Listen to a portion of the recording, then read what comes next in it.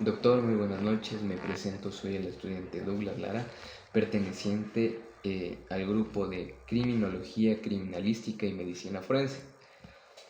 Como primer punto, quiero hablarles sobre las escuelas en la criminología.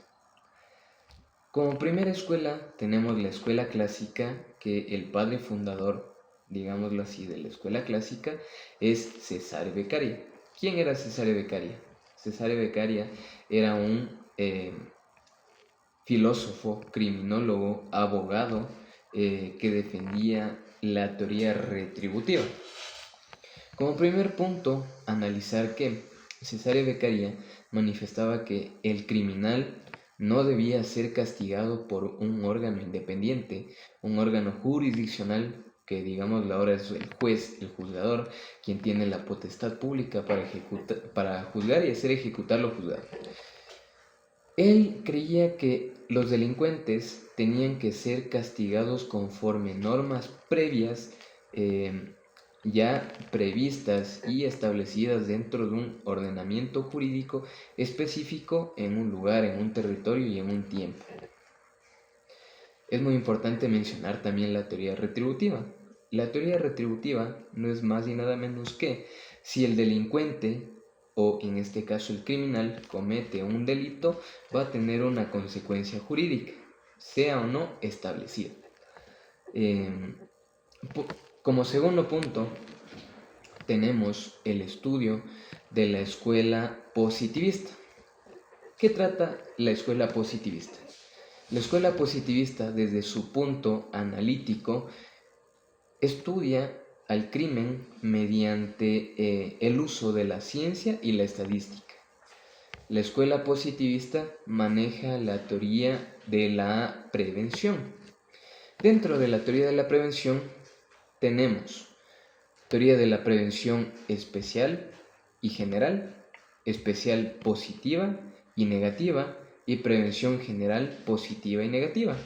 Básicamente, estas teorías lo que tratan es darle al criminal un tratamiento específico para reinsertarlo en la sociedad, para que haya una rehabilitación adecuada del criminal y que éste pueda, después de haber cumplido su pena, regresar a la sociedad. Como tercer punto, tenemos la Escuela de Chicago. ¿La Escuela de Chicago qué es? La Escuela de Chicago, básicamente, y para hacer un resumen, establece que los migrantes fueron quienes cambiaron el crimen en un lugar específico determinado por el tiempo, el lugar y el espacio. Es decir, vamos a poner un ejemplo muy claro. Como sabemos, Chicago, una ciudad dentro de Estados Unidos de América, era una sociedad pacífica que vivía bajo un contrato social en el que todos buscaban el bienestar común. Sin embargo, ¿qué es lo que sucedió? Migrantes llegaron a este territorio para cambiar el crimen dentro de la sociedad. Es básicamente estas nuevas formas en las que el criminal delinque. El criminal se adhiere, evoluciona para utilizar su inteligencia y utilizar básicamente las trafacías que ellos realizan a la sociedad, pero con una perfección más justa, con una perfección más adecuada, digámoslo así, para ellos poder cometer distintos delitos que ya no son delitos de delincuencia común, sino ya básicamente son delitos de un delincuente organizado, de un terrorista. Quiero mencionarle también de dónde nace la criminología en el Ecuador. A mediados de los años 2010, 2011, 2012, podíamos ver que la criminalidad estaba en su punto más alto, pero debemos recordar que esta criminalidad era una delincuencia común. No se veían los delitos que existen ahora en el catálogo de delitos del Código Orgánico Integral Penal, Y básicamente eran delitos comunes, como por ejemplo el robo, el hurto, em, los... el robo, el hurto, para ser más claro y más específico. Es muy importante mencionarle también que esta criminalidad compleja nace a partir de que nosotros, como una sociedad que vivimos bajo un contrato social, dejamos que estos delincuentes se organicen. Y es de ahí que viene esta denominación llamada las GDO. Las GDO, ¿qué son? Grupos delincuenciales organizados. Nosotros, como una sociedad que vive bajo un contrato social, permitimos que precisamente ya no simplemente un individuo, sino que bandas enteras se organicen precisamente para hacerle un daño a la sociedad.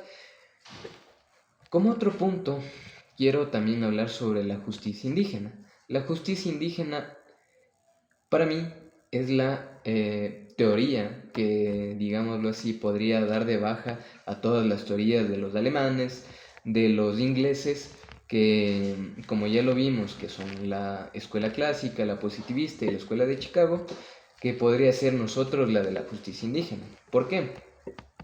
En varios casos públicos, controversiales y notorios dentro de la sociedad hemos visto que precisamente utilizando la justicia indígena, criminales, que son grupos delincuenciales organizados que por lo general cometen el delito de abigeato, tipificado y sancionado dentro del Código Orgánico Integral Penal, precisamente la sociedad, buscando precisamente el contrato social para el buen vivir, para este principio de summa causa constitucional, no dejan que estos delincuentes puedan organizarse y causarle un mayor daño a la comunidad, digámoslo así.